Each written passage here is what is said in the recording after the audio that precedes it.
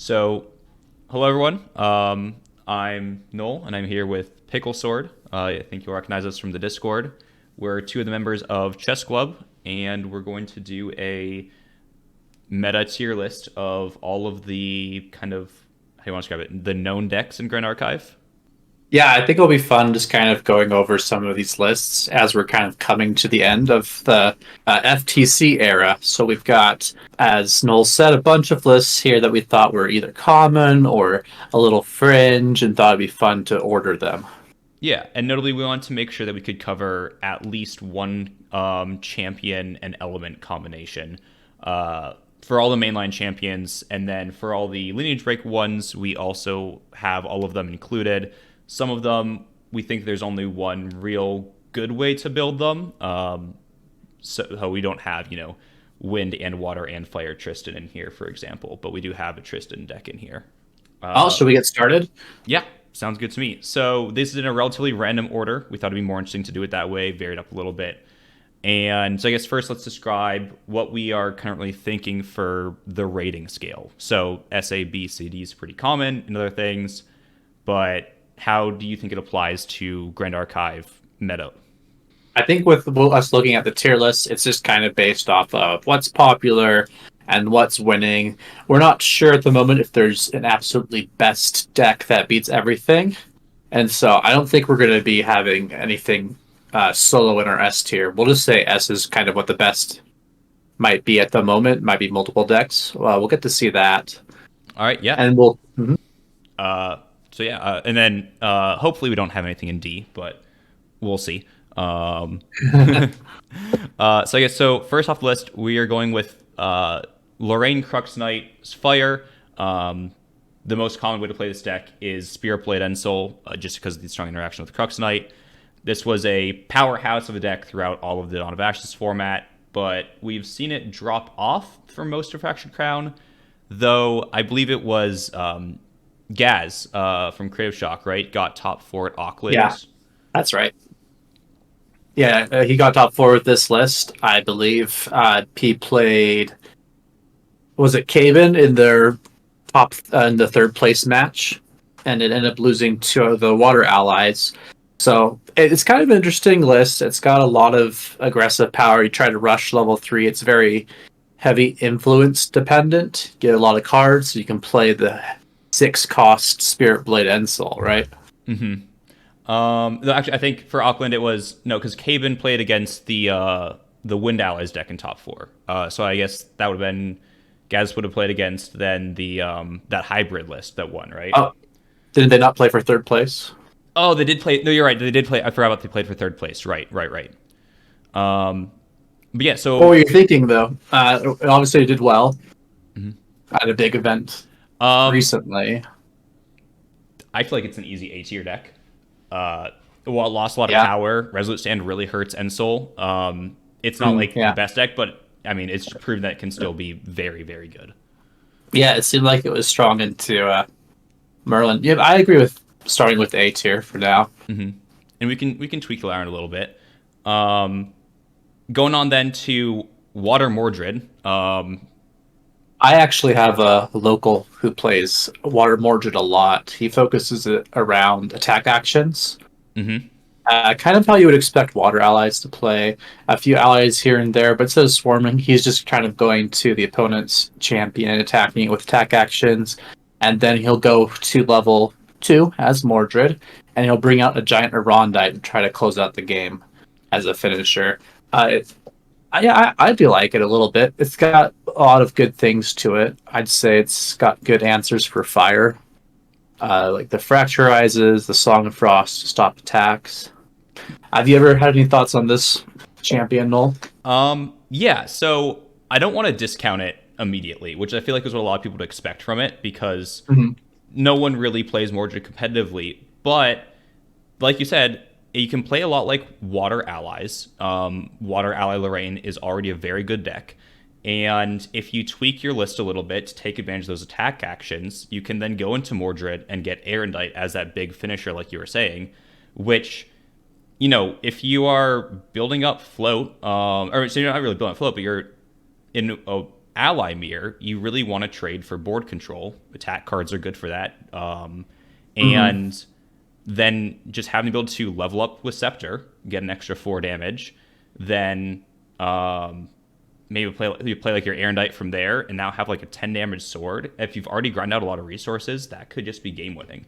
My instinct, Maybe high C. yeah, sorry. I think Your high instincts. high C, and Uh-huh. I genuinely wouldn't be surprised if just people mess around with this can get it to start performing better. It could end up being like a low B rating, but instinct, it feel like a high C deck. It definitely not B. This deck can definitely do some really powerful things. Yeah, I agree with that.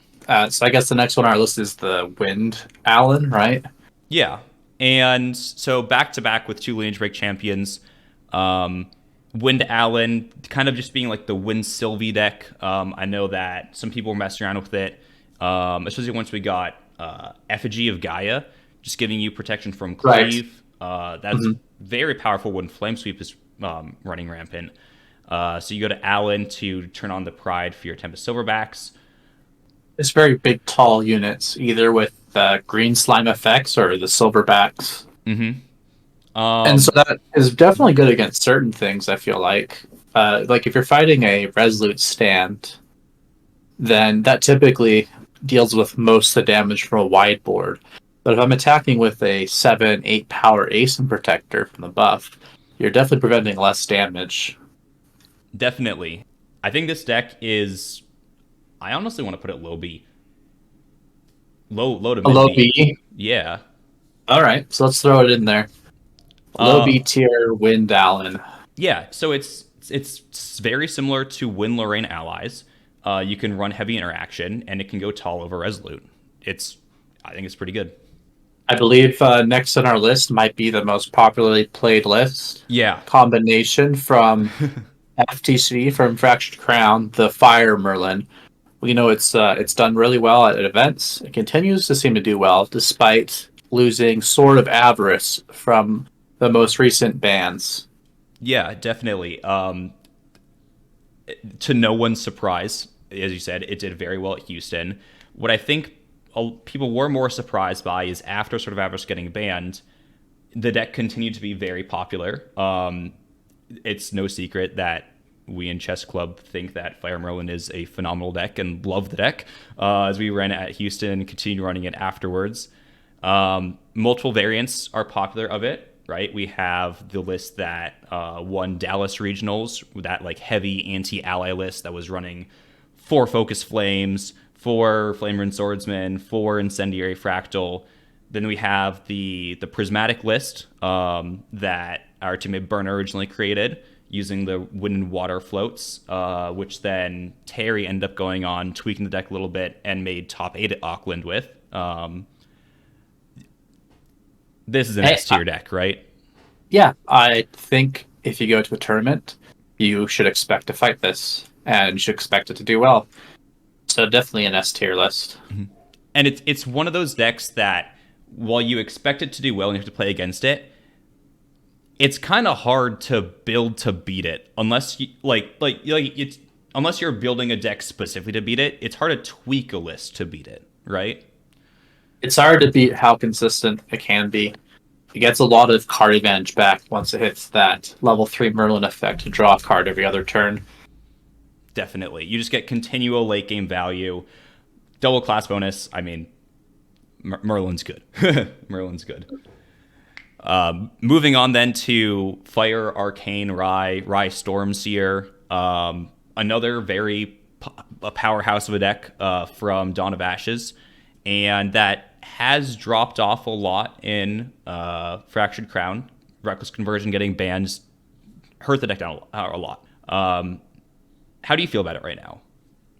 Well, it's not very popular when it's played, but there always seems to be at least one Rai in top 8, and they always seem to sneak in. So I think it's definitely has some good matchups. Most notably, I feel like a Rai is generally pretty strong against a Merlin list. Merlin is a little bit slower in getting the engine going, and Rai just has that giant burst turn that can go over the top of their defenses. Even the Majestic Spirit isn't necessarily enough to stop Rai from, throwing a very strong, powerful fireball at Merlin. Definitely, yeah. I mean, you get to. I mean, you're. It's obviously at around what level 10 with this deck. You activate your Disintegrate for free, just like you can in Merlin. Kill the Majestic Spirit, activate Fireball for game, double Fireball, etc. And like I said, it doesn't seem like it's a popular deck. There's always the one that sneaks in top 8. And if I'm remembering right, there were 5 or 6 Arcane Rai in the top 32 of Auckland. That's 20%. Yeah, it always seems to perform a little well. I'd say that the list struggles with a lot of early aggressive pressure that you might see from a bunch of allies lists or an aggro list. And so that is its kind of challenge, is how does it not die before being able to do arcane things? There's not much interaction, if anything at all, before they hit level 3. Right, definitely. And so I think this deck has an amazing Merlin matchup, but as you point out, it really struggles with that early aggression. So because it has like a really good matchup spread and then like a pretty bad matchup spread, but the deck is still good overall. My inclination is probably around A tier, similar to Fire Ensoul. I love Rai. I want to be able to put this deck in S tier, but I don't think it's justifiable in S with the ally list running rampant. I'd probably put it near the bottom of A tier. Bottom A, that feels pretty good. Yeah, it does really struggle into ally decks unless you just are able to hit that multiple resolute into some strong combo. You can just fold. I think we have a fan favorite next, the Wind Tristan. Everyone wants to play her, it seems like, but I don't necessarily know if there's anything really good you actually get from playing a Wind Tristan. You generate a lot of prep counters, and you're trying to figure out what your payout is for that. I've never seen anyone really successfully build Wind Tristan before. I know a lot of people have tried, and I know that one variant of Wind Tristan that has been tried a lot, at least early on in Fractured Crown, and I know I tried a variant of it myself and didn't really get anywhere with it, but is a sort of taxes style deck. I think Zara, a very popular person from the Discord as well, a big Tristan fan. I think that I've seen him running a lot of games with taxes Tristan, where the idea is that you're using Dawn of Ashes to sort of slow the game down and get value out of your Windwalker boots, along with Tristan getting 2 prep counters a turn, drawing cards with Cunning Broker, and building up for like a big kill shot with Coup de Grace. It seems all very go through many hoops type of strategy to me. There's just so many ways to interact with it, and how much does Dawn of Ashes really slow down aggro? They have so many norm allies to begin with. I mean, for me, this is a D list. I don't really see it doing well against. I mean, even Water Mordred probably. Yeah, I does pretty well against it. I think the deck is cool. I want it to be good because it's cool. Prep counters are cool. Resolving a good coup de grace, very nice. But yeah, it's slow and doesn't really have high impact. Yeah, I agree. Yeah. Moving on, though, Fire Zander. Specifically, the one that we have in mind for this is Fire Aggro Zander. Very, very aggressive deck. Probably the only true aggro deck in Grand Archive, would you say? Aggro in the sense of you're just dumping cards every turn and your influence is going down. Yeah. I would say so. If you're talking about other aggressive lists like Wind Allies, they're kind of slowly building up a board state. But this is just kind of throw everything and it kind of disappears at the end. You're not really maintaining board presence. You're not really maintaining influence. You're just trying to kill them before you run out of resources, more or less. Yeah, you're looking to trade. You're looking for very high damage to like card basically ratios, right? So you want to be running Blazing Throw to get in the damage. You're running Prepared Explosives, Ignited Stab. These are all cards that, for very cheap costs, can get you a lot of damage in, which, if you combine them all together, you can get turn 3 kills this deck pretty consistently. It was a kind of a dark horse in Dawn of Ashes format, and but it won a regional. It got multiple other regional tops, and also notably, even into Fractured Crown, we had one sneak into the top 32 of both Houston and Auckland. Yeah, I definitely think it's more of a fringe list, but definitely has its uses where it can win games. Mm-hmm. For me personally, I think it's a higher on the B side. I feel like it does have a few issues with how it plays and Right. how it manages resources compared to other lists. It's kind Notably, of sorry, go ahead. I was just gonna say all your pieces need to kind of come together all in that critical burst turn, and if it's not there, then it has harder time closing out the game. Right. And what I was going to say is notably as you go for that burst, if they have a Resolute stand, you kind of just lose. I mean, not if all the rest of your burst is all effect damage, but it really does slow down. You need that combination of effect damage and ally damage to really get those last damage points in, and a Resolute stand can just be the make or break in you winning the game or now running out of resources. They level up, and you can't kill them. So I think I agree with a high B rating. Definitely better than Wind Allen. So Yeah. that's good. And speaking of Allen, we have Water Allen next, which this is really more of a Water Silvie deck than Water Allen.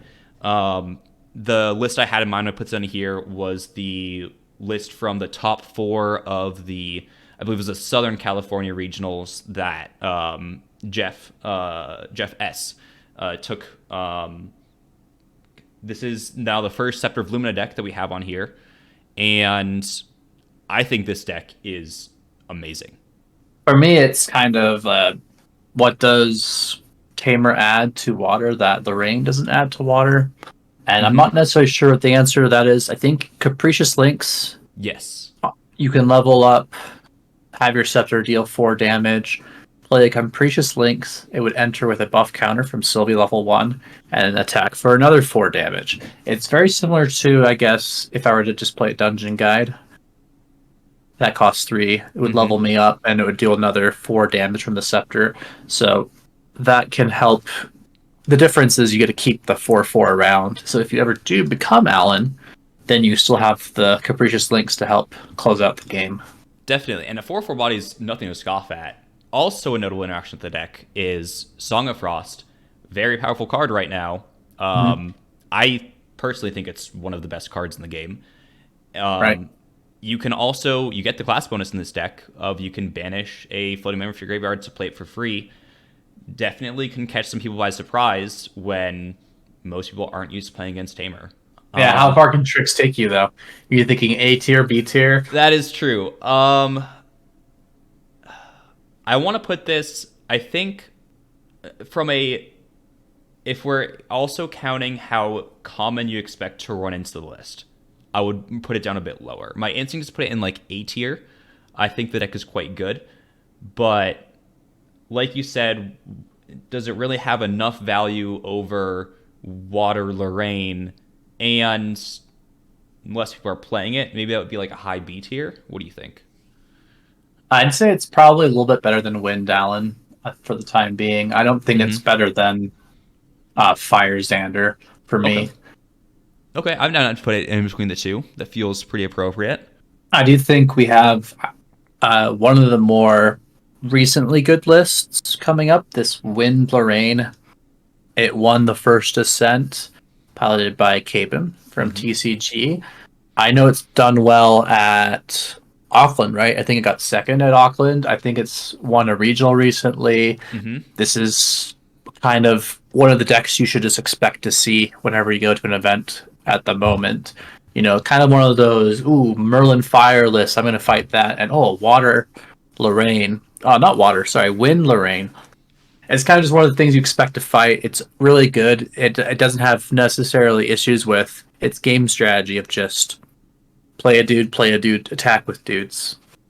Yeah, I agree. This deck is exceptional. If you aren't accounting for this deck in your deck building right now, then you are making a major mistake. Like I said, it won the first Ascent by Caven with specifically their swarm style build to it. So that's where you're playing more of like a spend all your resources game plan of like putting down your entire hand into memory every turn just to continually play more allies, buff them up with Attune the Winds, play Inspiring Calls, get the extra damage.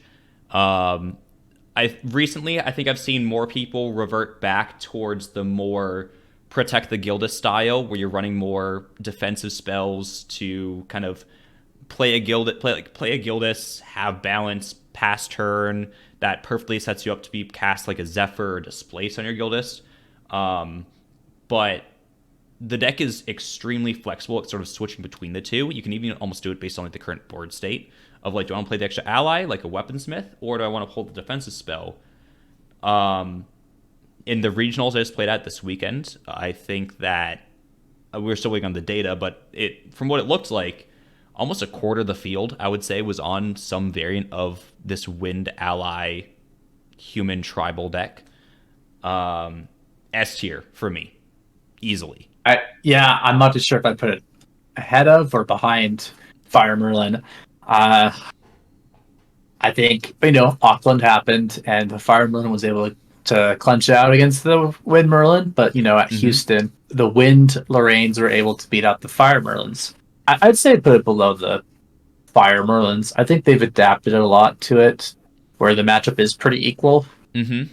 Yeah, I'd agree. The inclusion of, as long as you run Terrafring and enough extra like ally removal, which notably we kind of decided to not include in our Ascent list. That was my mistake. I thought that the matchup was not going to be as prevalent as it was, and so I kind of argued for not running it.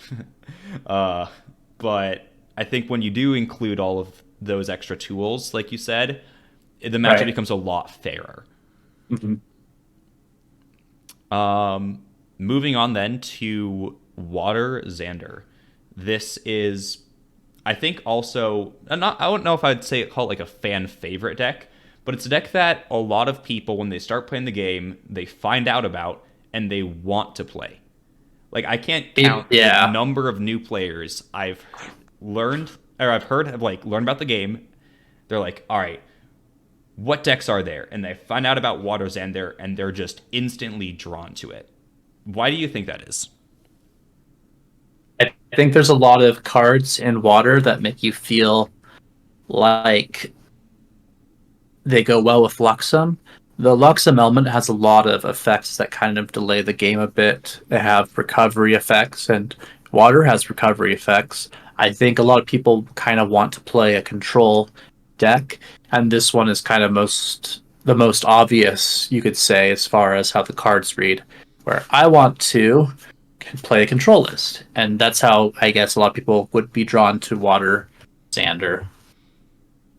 Yeah, and I think, to me, what I've really enjoyed about playing Luxem recently is that it feels so unique to Grand Archive with the reveal package. There's nothing like it in any other game because the resource system of putting cards to memory isn't like anything else in any other game. So it feels like the most uniquely Grand Archive deck, and that's just cool. What do you think it's good against? Like, is it good against... Is Water Luxem good against Fire Merlin? It's good against Wind Allies? That's good against Rai? That's now... Does it beat anything? My worry. Does it beat anything? I think it beats Water Merlin. I think it probably beats Wind Merlin. It beats Wind Merlin and beats Water Merlin. I can see it beat... I don't think it could beat Wind Merlin, but I can see it beat Water Merlin. Oh, that's true. That is true, because as soon as they get the Magic Spirit out, they're going to hold up Displaces and everything for it that you can't... Yeah, that is true. If you think everyone's playing Water Merlin, bring this maybe lower tier C Zander style for me. Yeah, as much as I want this deck to be better than it is, it's not. It's not impactful. You are... Yeah, it's just... It's clunky. I think is the way you put it. The deck is clunky. You don't have a way to like filter for the Luxem cards that you need. You don't have a Mhm. way to build your influence to get to your kind of Light Weavers, Assault combo kills. Yeah. You don't have. I think a big thing is you're playing a control deck that doesn't have powerful counter spells. Frostbinds is only, a counter if they can't pay two. Um, and in most games that have control decks, counter spells are sort of the backbone of them. Is this Go ahead. Spirit Ruler Wind, Yes. Lorraine? So I added this one in here as another kind of throwback to Dawn of Ashes format. Wind Spirit Ruler Lorraine was another very, very popular deck. Um, Right. Notably, if I remember correctly, making use of the Spiritblade Infusion package, Hmm. and sometimes even Spirit's Blessing as well, to sort of get these value-driven, just constant effects throughout the entire game. You're playing Tactful Sergeant, drawing cards back to memory. If you get that Infusion Spirit's Blessing turn, you're going to draw 2, 3, 4 cards, and you're consistently going up in influence throughout the entire game while maintaining strong pressure. It's kind of similar to just how Wind Allies plays right now. The difference is it kind of delays its pressure until late, where it used to have a giant influence that it obtained from doing the Ascension looping with the Sword of Avarice. And that's Mm-hmm. kind of gone now, so I feel like it's slowed down a lot, and people kind of shied away from it just for regular Wind Allies. I think I did see maybe a couple try at Auckland Mm-hmm. that were the same type of style, but I felt like it struggled into the S and A list that we have up there.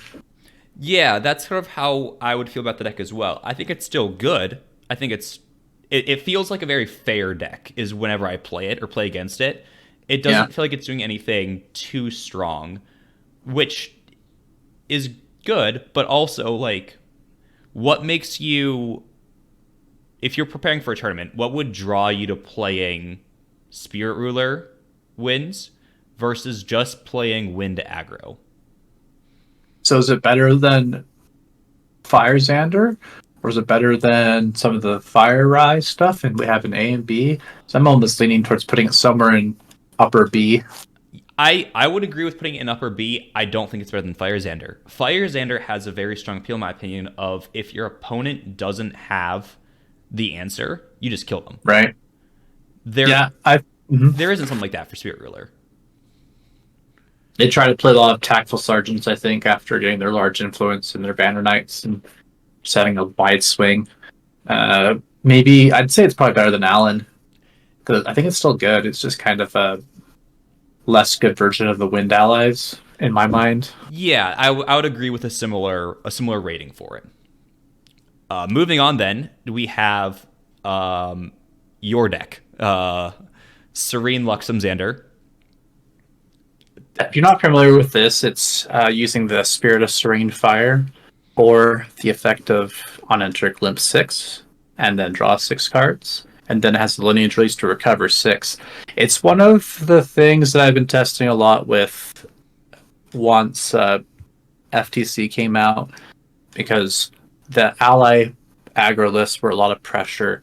And I was trying to figure out if there's any way I could abuse the extra life. It's able to use the acceleration a little bit of the fire cards, like create a shock and increasing danger, to help remove the handicap that you gave yourself by losing a card. And then the idea for that point is taking control of the board. This is a control list. Recovering your health back and then slowly chipping them away until you have enough damage with your Lightweaver's assaults to finish them off. So it has the same win condition as, say, a Water Zander, but it's tries to go for consistency with its glimpsing and its fire acceleration to get to that point. Yeah, and so when you told me about this deck, I thought it was pretty cool. And we even tested a little bit for going to Houston, but didn't really think that it could beat Fire Merlin at the time because of Sword of Avarice really didn't give you room. It seemed like that the decks were able, or the Merlin decks were able to go build up too much influence too fast to prevent you from really being able to take control of the game, like you said. Now, though, I think the deck has a lot of room to breathe.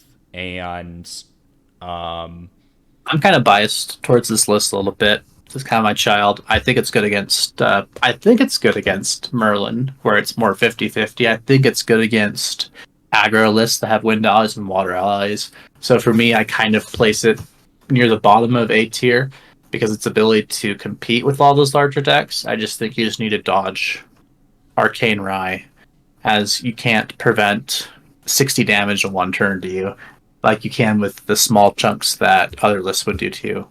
right. And I'm biased towards lists as well. If you looked at the uploads on this channel, I got top 4 recently at the Michigan Regionals with this deck.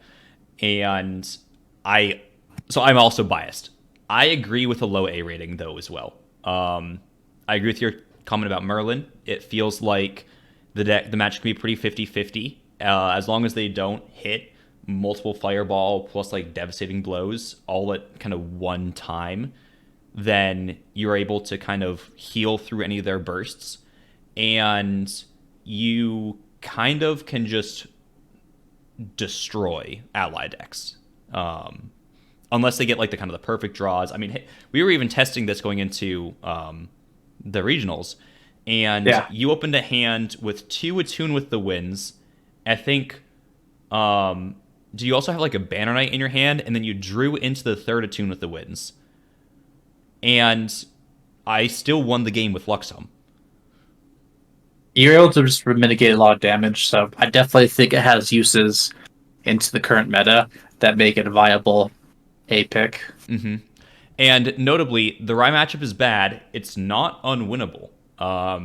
If they draw a little clunky, or if you draw the right pieces, then they can go for a kill shot. And if they aren't respecting, the combination of your Recover and Safeguard Amulet and Blanche and Lightweaver's Assault to reveal Luxem sites to recover more, and Fast Cures, they can fall short of damage. You can recover back down. They've now spent their cards, and you can win. So, yeah, I think this deck is actually in a very excellent position right now. The notable advantage it has over Water Luxem is that extra draw power can find you the more Luxem cards efficiently, and the Serene Spirit giving you that extra health buffer. We have Water Merlin next. Mm-hmm. Killidis' favorite deck. I think a pretty good deck. It has a lot going for it. You get full advantage of Scepter of Lumina, the new Proxys Vault card. Well, new, quote unquote. Because you're planning going to level 3 of this deck, so that's 12 damage that you get right there. You still have Erendite for big damage swings. You still have Crux cards for, good value. It's got a lot of defensive options for fire, which is nice. So it's able to stall out the game a little bit longer, a little extra turn, and then it's still able to have big burst turns with the Crux cards, with Majestic Spirit, Ghosts of Pendragon, and then the water card Erendite, which pairs really well with Tide Diviner. Mm-hmm. So in my mind, this deck isn't played too much, but it's definitely around there, and it does consistently okay.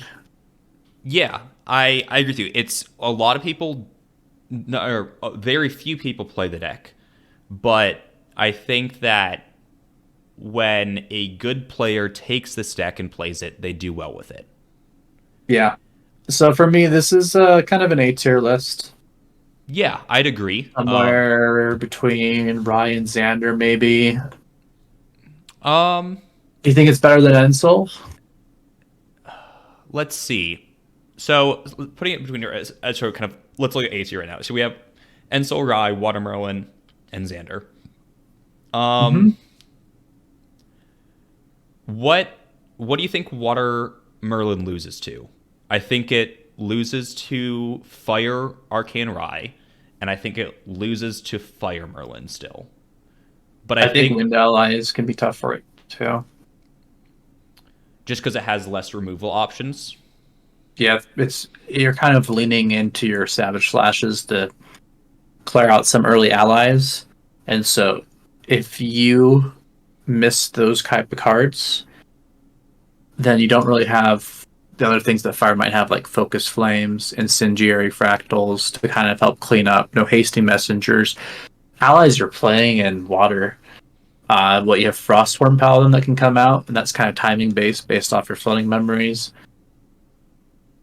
So then, what would you say its good matchups are? If it's kind of weak to Arcane Rai, kind of weak to Fire Merlin, and can be weak to the ally decks, I mean, those are the most played decks right now. Well, Ensoul, I think Fire Lorraine. It's good against Fire Lorraine. It's good against Fire Zander. Definitely. Just anything that's not able to put up a lot of pressure. So those lower tier lists there, I think you'd probably be able to beat all of them except maybe the Water Zander. But That's true. so like everything below there, right? Fire Zander, the Wind Lorraine, the Allens, the Mordreds. I think it beats all of those at least. That's true. Okay, so I'd agree with putting it bottom of A because, like you said, it beats everything below it, but I don't think it beats any of the decks above it consistently. Consistently, I think, is the big keyword here. I think it would beat the Ensoul list almost every time.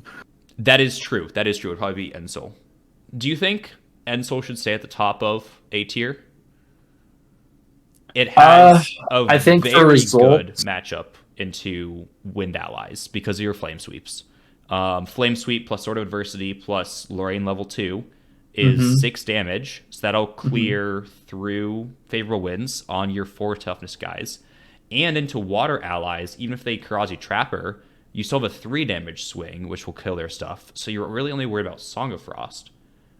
But it generally, I think, is going to fold to the combo kill decks, right? So like Fire Merlin and Fire Arcane Rai. yeah, it's tough to say for kind of where to put Ensoul just because of how little it's been being played recently. So that might be because it's a difficult deck to play now. So it's maybe a higher level of proficiency with the list is required for it. Or maybe there's just not a good brew for it at the moment that a lot of people are latching onto. Because I assume it was one of the first things people tried when FTC came out. I would probably put Rai above Ensoul personally, just because Rai has performed better than it. I would agree with that. And it's more played. I mean, Fire Serene Zander hasn't really been played too much either. So that's kind of our bias there. Yeah, I think I want to put Serene Xander above it, but I think we should try and not let the bias get in too much here, and maybe leave it at like this distribution. Yeah, I think this is fine. There's the Ride list has a lot of winning results as well. I don't Definitely. think Water Merlin has won anything. I don't think Fire and Soul has really won anything. I don't think Sander has won anything. So I think this is fine. Yeah. We're looking at like another aggro list next to just kind of the Fire Lorraine Yep. that puts up a lot of early pressure and very tall effects, Rending Flames, I believe, where they try to dish out damages in 12s, 10s. And notably, it happens very rarely, but you can get that dream turn 2 kill of Creative Shock into Hone by Fire into Rending Flames Sword of Adversity for exactly enough damage to kill someone on Spirit of Fire or on Spirit of anything. It's also one of the few lists that mainboard sweep cards, cleave effects, that help versus a lot of these ally lists. There was a very popular phase with water aggro that I guess we'll get to pretty soon. So Fire the Rain always seems to be somewhere in a top, somewhere in a top cut, or it does decently enough. Well, we've got third place at Ascent. Sent Houston, yeah. Ascent Houston. Yeah, so my instincts initially very similar to Ensoul, right? You are, but I guess it has very different weaknesses, I would say. Yeah. This deck is very weak to Fracturized Nullifying Lantern. And while we haven't actually gotten to it yet, Water Lorraine Allies is a very good deck and very prominent deck right now that can really make use of that Fracturized Lantern. Yeah, and I think the lists above it sometimes can even beat it. Even I've seen Rai be able to beat a Lorraine player. It's Mm-hmm. kind of draw dependent Mm-hmm. whether or not they have their card to help deal with the spell shield. So I think that's probably a fair place for it. Okay. Yeah. So okay. So similar deck, but with a different kind of sort of strengths and weaknesses. Even though you are running similar cards in Rending Flames and I guess Rending Flames and Lane are the main similarities between the two, right? Yeah. The lack of Crux cards plus extra aggro cards. Hmm. Um, so next up, actually, because we're talking about it, I want to kind of skip ahead a little bit and then we'll return back. I want to talk about Water Lorraine allies. Um, I feel like just from a competitive standpoint, this is the breakout deck that we've had in the past what month or so, I think, since the Scepter of Lumina release. Yeah, with the Proxy of the Vault adding the card, it definitely was something that not as many players explored with all the interactions involved with it. I think that this is one of the better aggro lists where it's able to dish out a lot of mixed damage with the Scepter. And we've seen it used with Crux as well as like a small top end with Pendragons and Spirit Blade Dispersions. Definitely. I've, yeah, it does really well against fire. Particularly, I'd say fire aggro lists like the Fire Lorraine, the Zander. It's just being able to keep up defenses, deal with cleave effects to keep your ally boards up, and then also help punish level 3 lists that try to overcommit with counter with negate cards like Frostbind. I agree there. Um, and like you said, so that list that includes the Crux cards, that's what TCG took to Auckland, and Caven and Isaac both made top 8 with it. Caven also making top 4. Mm-hmm. And we tested this deck a little bit before the Michigan regionals, and it's incredible.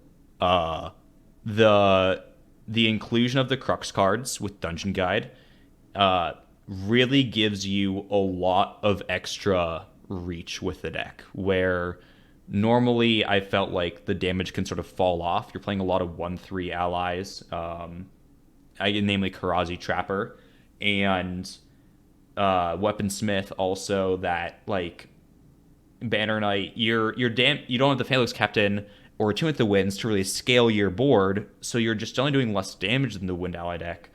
But Scepter of Lumina gives you 12 damage on its own. Dispersion is going to be coming in easily for 5 damage, and what we noticed in our testing is it combines very well with Weaponsmith, especially multiple Weaponsmith, to really scale damage. You can just have, you know, you can win a game solely on effect damage.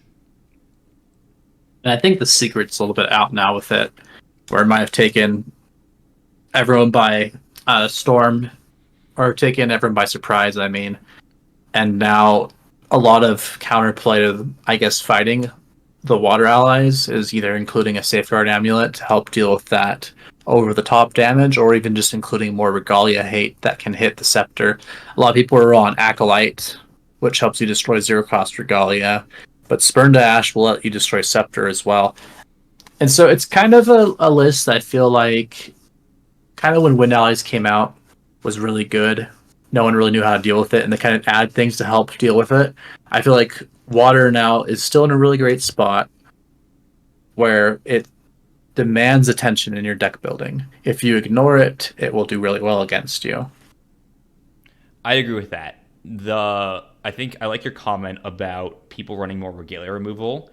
Fire, if you look at this list, is very good right now, and Spurn to Ash is the best card against Scepter of Lumina. Just 3 cost, you trade your card, you kill their Scepter, You've now shut off all the extra damage. You've shut off the ability to crack it to recover cards in the late game. And that is really what brings this deck over the edge, I think. So Top of the A tier for me. yeah, I was going to say something similar. I initially want to put in an S tier, but the I think it's one bad matchup is Wind Ally Lorraine. And I think that Wind Ally Lorraine, as we've already put up an S tier, is one of the most played decks. And also, it's one of the easiest decks to get into the game playing competitively. And that I think lends towards its popularity in tournaments, and it'll be almost impossible to dodge it. So I think top of A. Top of A for Water, Allies, Lorraine. It's a fun list. Right. I think this next list is kind of interesting too. It's something that hasn't really been played much, but kind of popped up in kind of the Australia, New Zealand area as it's being played. The Arcane Wind. Yeah. Rai. Very popular in Oceania, Australia, and New Zealand. And I don't know how to write this deck. Genuinely. Top 8 at Auckland, right? It got it, yeah. So it got a top 8 at Auckland. I think it won. Was it Australia regionals? I believe it did. And so, and I've looked at the deck list for it, and I don't want to discount this deck at all. But my question is just always, why wind over fire, right? I've actually played the list a little bit now. I have a variant of it, but it's very good to play Beseech the Wind turn 1 to go to level 1 Rai. And then next turn you level 2, and you automatically turn on what's the level 2 called? Archmage. The Archmage. And so you can, as you play cards, you'll get trigger effects. It's interesting. It's, it's, since we don't really too much experience with it, we can only do it based off results. And is it all that much different than fire? You lose fireball, but you gain some really fancy inner workings involved with arcane elementals and disorienting winds. The arcane ally that attacks for 7, and then you can return it to your hand for free and play it for free and attack for another 7. So maybe it's more combo oriented than the Rai is. It's kind of funny to say, considering Rai is combo oriented. Right, so it's the combo version of the combo deck, is what you're saying. Yeah, you need to see your pieces all together. You do have 8 dungeon guides, quote unquote, for that. So it's possible that you're getting to level 3 sooner than Firewood. You might not be filtering as many cards since you don't have creative shocks, and obviously you have more expensive top-end damage cards since you don't have access to Fireball. That does need to be replaced by another card. Yeah. Okay, so I like your comment that judge it based on the results it had, which are impressive for, I think, the relatively few number of people that are running the deck.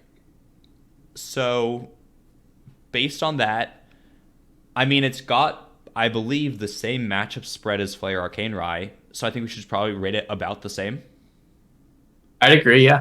Yeah, upper end of A tier, with note that, if we don't have as much exposure with the deck, but you've tried it a bit, and so can't really place exactly where in A tier, but somewhere around there feels right.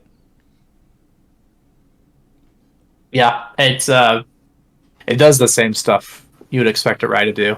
So it's just, not very well, not played as much. So it's maybe tough to place it in a good spot at the moment. There's other lists that aren't played too much, but we have here the Tera Silvie in Water. Yeah. I think we haven't really talked about Tera much at all. I don't know if anyone actually plays Tera. I don't know if anyone's ever topped with a Tierlist before. I So you're, yeah. I would say I don't believe one has ever topped. So I'm expecting maybe something with the Dragon Crawl. Maybe you're doing Veritas to attack with a wide board state. Is just how effective is Silvie in water getting to level 3? Yeah. Um so I haven't played the deck myself, but Ver has messed around with it quite a good bit. He's a big fan of the deck. He thinks it has a lot of potential, and there the main game that I can remember watching was from probably about a month ago now. He ran it in a Mm-hmm. Yeti tournament, and he played on stream against Caben. If anyone doesn't know, Caben streams his weekly Yeti tournaments and just gives his insight into the decks he's playing. And I believe Caven was running a Fire Allies or a Fire Allies slash Fire Lorraine aggro list, and I was shocked genuinely at how good Water Sylvie looked in that matchup. He didn't get fracturized at all. That wasn't like it wasn't because of that, but the Sylvie deck just continually had um, high board presence and high influence, which is weird that it had high influence, but it just continually got payoff of a floating memory from Ordinary Bear and I think Dewdrop Hairs, I believe, is the 1/3 with class bonus float. Yeah.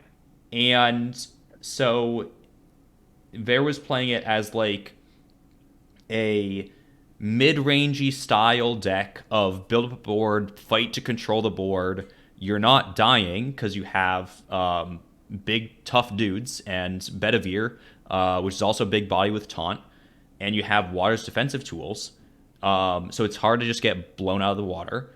You have Song of Frost to defend against flame sweeps, which is your biggest weakness there. And you're able to just grab some Value Regalia, get a GCR, grab Scepter, grab, you know, whatever else, and then level up efficiently using your floating memory. And then you just hit a crawl. Crawl comes down on a board that's kind of neutral. It's now a 6/8 dragon that's hard to deal with and sort of can just take over the game. Now, that being said, it also hasn't done anything at a high competitive level. Yet events are very competitive, but it's not performed at any regionals. It's not done well in any sense. So It's so niche for me. I don't know if it's yeah, Tristan bad, because if anything, it could be a Water Allen list, but instead of Allen, you just have the Tera at high end. So maybe closer to the bottom of the C for me. I almost want to rate it. I'm torn between like high C and low B. Mm-hmm. Um, so I Yeah, guess how much you will agree there on that? okay. So I guess if I was going to average between the two to go to like middle C tier, You're more familiar with it, so why don't you place it where you think it goes?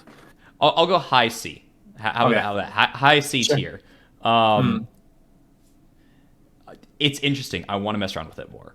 I think it's, and I encourage other people to mess around with it. It's definitely not breaking into the competitive scene, but I think that it's a lot better than we give it credit for. So I think this next deck is Wind Merlin. Hmm. I know Limelight from the Discord group has run this deck. He did it at Ascent Houston, and so for me, this deck is really slow. It's a kind of a Hmm. grind to your win condition, Yeah. and so you have to kind of figure out, is Wind Merlin good enough to compete with the A lists and the S lists? So I think the appeal to Wind Merlin, as opposed to Fire Water, is that you get out your Majestic Spirit and it doesn't leave the field. And so in a way it becomes a tankier deck than Water Merlin, Um, I So it think. would be good against certain things. So Fire Merlin, if Fire Merlin is too slow and Wind Merlin gets set up, I don't think Fire Merlin would be able to beat it. It's Mhm. just how fast can Fire Merlin go compared to Wind Merlin. Wind Allies would have a similar issue, I think, as well. Well, Wind Allies has Dream Fairy, so it can kind of deal with. Well, since I should say, because Wind Merlin is slow to get set up, it's possible the pressure from Aggro Allies is too much for it. It's possible Fire's too much for it. Mhm. I've done a matchup with I think Fire Zander versus Wind Merlin before, and I know that's also really rough for it. So I think it's really good against some of the little slower lists, but really struggles with aggro. Yeah, I think it's good putting it that the deck is slow itself. So against the other slow decks, it can sort of take over the game, but generally it's hard to keep up with the fast ones. I agree. Notably, this is the Merlin variant that I'm least experienced with. I've played against it a handful of times at Ascent Houston, and I played as it a handful of times while testing for Ascent Houston. I haven't really touched it since. Though, just as a quick note, I have heard the rumors about. I haven't watched the full thing yet, but TCG recently did a deck profile on this deck where they included Rally the Peasants and to find Dungeon Guide faster, which I to help speed up your game plan, which can be played for free against all these ally lists. And then also, I believe they ran a fire and a water ally to take advantage of Prismatic Edge. That sounds like some fun combinations there. How Mm-hmm. much filter can Wind get? I think the Rally the Peasants puts cards on the bottom for the ones you don't reveal. Mm-hmm. So it's possible you miss your fire and water prismatic reveal effects. This deck to me is still good if you're if you're fighting any deck below B, I think it beats it for sure. I think Yeah. there's some decks in A and S it also beats. I'm not sure I would put it into A myself. I'd say it's definitely better than the Wind Spirit Ruler Lorraine. Yeah, that feels good to me. I feel like it's going to be doing similar things to Win Spirit Ruler and kind of a grindy-ish game plan to then take over the late game. Yeah, So I'm comfortable with putting it in a similar spot. Um, yeah, yeah, I think it's good there. I definitely think it's better than Spirit Ruler Wind. and but I would also list it definitely as the worst Merlin variant right now. Right, of the commonly played stuff. Yeah, We kind of have a unique image next. Erupting Rhapsody, right? yeah. Um, Deviated from the image line here on this one because it's a deck defined more so by the single card rather than a champion. Because you can run Rhapsody to more or less similar strengths in any champion. Uh, We've seen it with Merlin before at Ascent Houston. mm-hmm. Main deck Dan had a variant of Fire Merlin that had Erupting Rhapsody as kind of one of its win conditions. I've seen lists that also go all in on it, where you just are level one strategies and you just fill your graveyard with fire cards and you go for a combo kill really early. Yeah, and in my mind, the Dan's list is one very cool. That was a I was very happy to see him get and surprised to see him do so well at Ascent because I remember that when his deck list when he first released the deck, a lot of people dismissed it, thinking that they're like this is just kind of not going to be good, and then he did incredibly with it at Houston. I believe he had the same record as Burner, who got eighth place and just missed out based on tiebreakers, if that's right. That's right, yeah. And so So, it's definitely flexible. mm-hmm. But I would silo that deck as a Merlin variant more so than like a Rhapsody deck, is at least my understanding of it. Um, Versus because it feels very different from the all-in Rhapsody decks that are trying to just turn 3, turn 4, activate Rhapsody, double Fireball for game. So those lists, the ones that try to kill the opponent turn 3 with Rhapsody, if you're saying we have a bunch of A and S tier lists, what is it good against? The Merlins, I think, are pretty slow. Yeah, I think it's excellent against Merlin. I think it's very good against Wind Allies, and it's very good against Rai.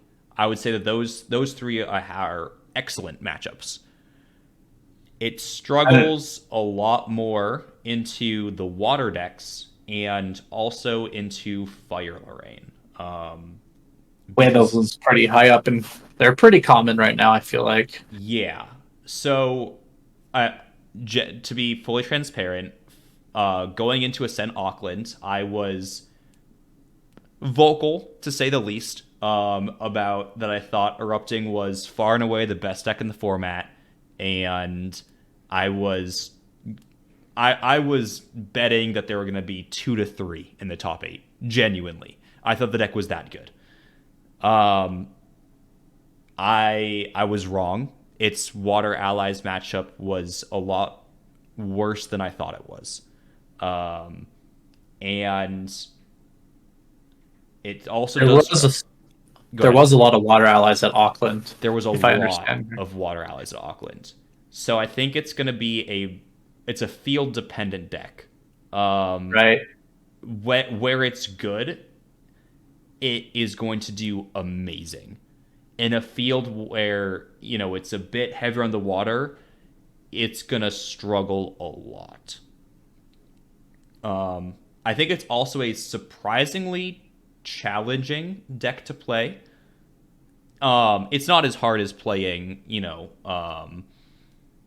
I don't know, probably the Water Allies itself. I think is a very difficult deck to pilot correctly, um, but it takes more thought than people give it credit for. You really need to maximize the potential of every single turn you have, casting as many spells as possible. And when you do get Fractured Lantern, you need to be able to play through and still win those games and play to your win cons. Um,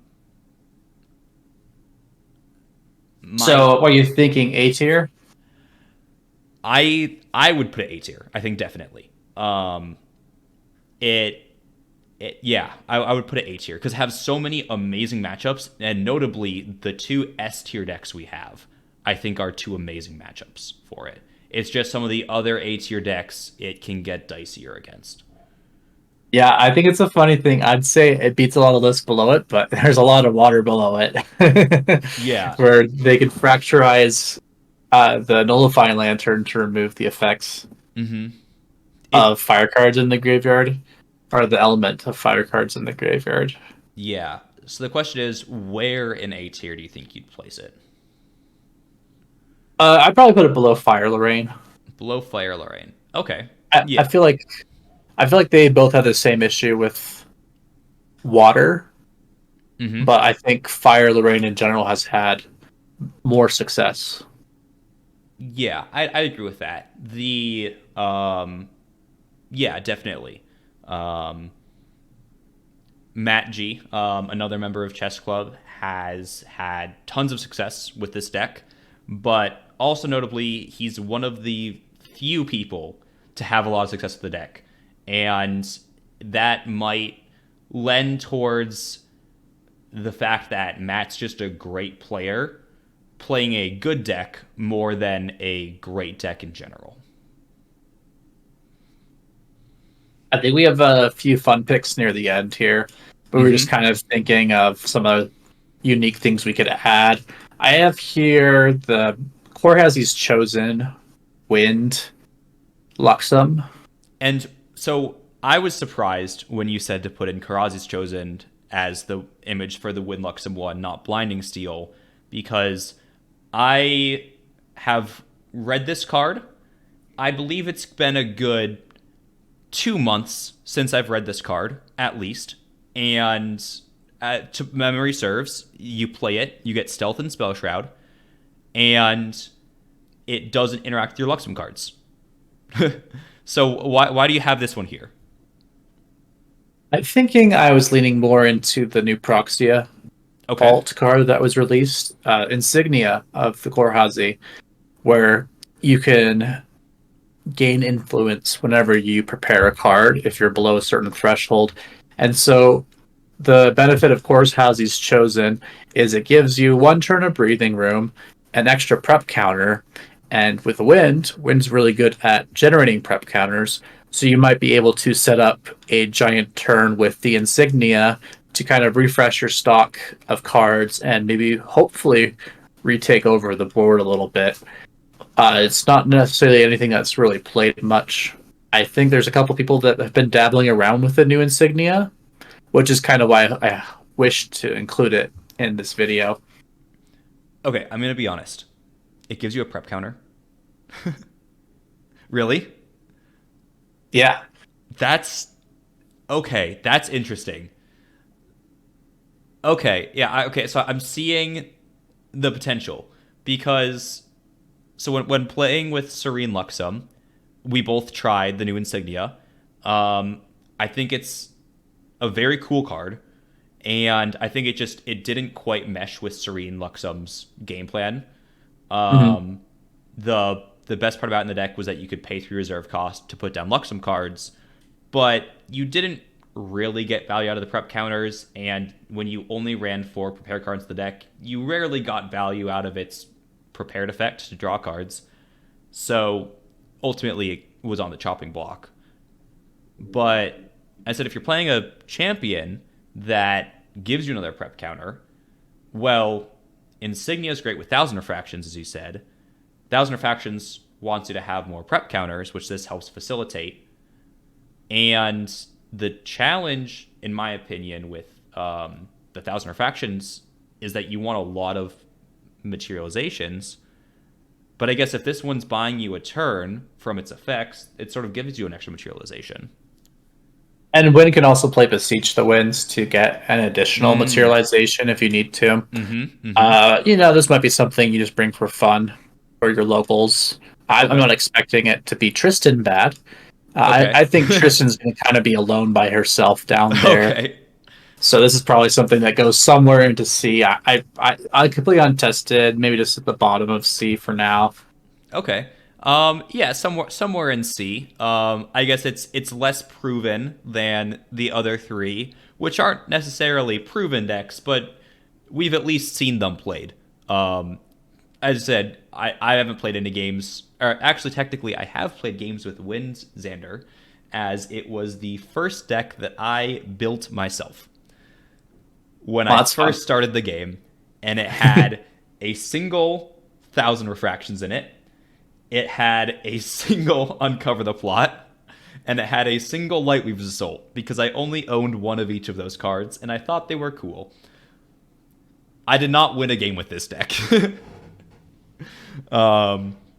It's possible we get new stuff to help out some of these lower tier characters in the new set that's coming out in January. I'm sure a lot of people will be experimenting. I know a lot of people have been playing this Water Arcane Mana Weaver Rai before. It's kind of been one of the threads in the main Discord. So I know this one has played a little bit. Definitely. And I haven't messed around with it personally, but I've looked at the deck list because it intrigues me a lot. And I think that it has a lot of potential. It's very different from other Rai decks because you're not running Stormseer, you run a pretty low arcane count, and you're kind of looking, to my understanding, to get value out of doubling your arcane disposition to draw 6 cards for 3, which is pretty good. Doubling an arcane blast for a 22 damage kill turn. You can under the Mad Mage, I believe. Yep. I think you're right there. And my favorite interaction with it is copying your opponent's Incarnate Majesty to play your own Majestic Spirit. Yeah, it seems a little cheeky. Definitely. I don't think I've seen many people play it, so Definitely. I have not seen that happen a single time, but I desperately want to. I think that's probably like the number one thing I want to see happen in Game Grand Archive is I want to be at an event, finish my round, go over, look at another or like sitting next to someone and just see someone play Incarnate Match and opponent go, okay, I'll tap Mana Weaver, remove 4 and light encounters and copy it, and I'll play my own Majestic Spirit. Like, that's just cool. Yeah, How good I is it, think though? I don't know. I think I have no experience with it, so I Mm-hmm. put it somewhere in C. Yeah. Uh, Uh, I'm not sure where. I don't know if we really have a good ordering for our C's right now, so I think just kind of putting it in there. We have a lot okay. of water stuff in C, don't we? We do, which is unfortunate. I guess here's a good point to talk about. We have two water decks in A tier, both making heavy use of Scepter of Lumina. Right. We have a deck in B tier, making heavy use of Scepter of Lumina. And we have 4 decks in C tier that don't really make use of Scepter of Lumina. Scepter of Lumina is a very good card, but and it definitely has brought water more into the meta. Do you think though that this is a case of people not really exploring water that much, or do you think that water truly is kind of lacking something that the other elements have? I think it's from lack of exploration. I think there's a lot of good Lorraine cards right now for Warrior Mm-hmm. that makes it very hard to justify playing, I guess, other classes. You could see from our list here, Merlin and Lorraine are mostly at top, with a few sprinkled in of other champions. Mm-hmm. When we are introduced with new proxy as vault cards, it does allow some people to kind of look more into deck building. So we got a little bit more of a dive into water with the scepter coming out, but we didn't really see anyone really make use of it to its full extent until I believe Auckland Ascent, where we saw how valuable the interactions could be with certain water cards. Mm-hmm. And Definitely. so proxy vault cards definitely have a big effect. That kind of goes to our next list as well. Yeah, this is a deck that you were playing around with a lot as like a pet deck, sort of similar to Serene Zander for a lot of Fractured Crown, right? Yeah, I was just trying to see if I could make anything Tera work. And the general idea is you use Vertus with the effect of giving your board additional power from the number of animals and beasts in your graveyard. So I kind of played around a little bit with that, and I came with something that was okay against newer players that didn't know interactions that well. It's a really fun list. Then they printed the Proxy as Vault card, which kind of accelerated the game plan for it a little bit further, where Mm-hmm. you were able to do many things at once, swing with a board of a bunch of little squirrels or animals for 20, 30, sometimes even 40 damage at a time. Well, saying we'll smooth my little animals for maybe 40 damage at a time, that sounds pretty good to me. What do you think is the challenges with the deck? I think it's very easy to interact with the combo. There's a lot of pieces to it that involve all that damage, and removing one of those or restricting one of those slows the deck down a lot. Okay. For instance, Terrafring completely shuts down Mm, any damage turn that this might have, okay. and there's not many defensive options available for Tera to kind of stay afloat during then. Okay. Uh, it's definitely a fun combo list that not many people are familiar with, so you might catch a few people off guard. I know Water's pretty strong into it because they can deal with the tall attack pretty well. And Okay. also, it's just difficult to retain influence after you hit Terra. Gotcha. So, I haven't played with this deck. I think it's cool. I've seen you demo some stuff to me for it a lot. And I know that TCG built a similar deck on their live stream. I believe completely independently of anything you'd done, which was pretty cool that they they come up with something similar. I guess, just look at the interaction of Verdus and Stone Scale Bond, or Hmm. Stone Scale Band, which is very powerful. Um, so would you put this? I mean, I certainly don't think it can go above anything that we have in B tier, but do you think it's good enough to warrant the bottom of B tier? Yeah, I was gonna put it above Wind Allen myself, Oh, but really? Okay. yeah, Above would you? But before Water Allen. yes. Okay. Interesting. Okay, I might mess around with this some more. This might be my next pivot of something just to play with for fun and see, where can this go? Um, yeah. And there you have it. Look, we've placed a bunch of lists. I know there's probably more combinations, but these are just kind of either ones that were either obvious or things that people might be curious about. Mm-hmm. And so I guess as a final look at this list, is there anything that you feel like should be tweaked around a little bit? Honestly, I feel bad putting Water Mordred. I feel like Water Mordred's almost just as good as Water Allen Okay. if I Okay. had to move anything. Yeah. So maybe you think so, like more like around here. They're very similar Mm-hmm. in kind of the game plan, right? I think they're just a slightly less good version than the Water Lorraine that goes to Crux. Okay. That's that ally variant. And so I don't think they're necessarily bad, but now that we've kind of placed more things around, I definitely think it's something that is better than the stuff below it. Gotcha. I'm interested what people think then of this list that we made. This won't last too long with next month being the new set, but maybe Yeah. people have their own thoughts on where stuff would go. It's felt like a good time to do this tier list because we've had multiple major events in Faction Count format. We're in the midst of regional season, so getting some more results. Maybe this will help people think about what they want for. I still believe a handful more regionals coming up in Fractured Crown with the next month and a half or so before Alchemical Revolution, and Alchemical Revolution is going to change everything entirely. So it'll be very curious to kind of reevaluate once that's out.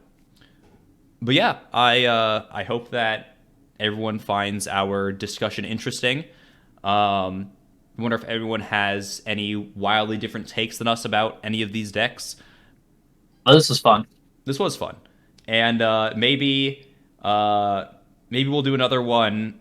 Say like after North American nationals, maybe. But before then, the other two national seasons, we can have our thoughts then. Kind of early Alchemical Revolution format. Mm-hmm. But yeah, Yeah, I'm excited for the new set to see what is going to get shaken up. So, me too. The biggest question is going to be if something will dethrone Lorraine Wandering Warrior as being the best card in the game.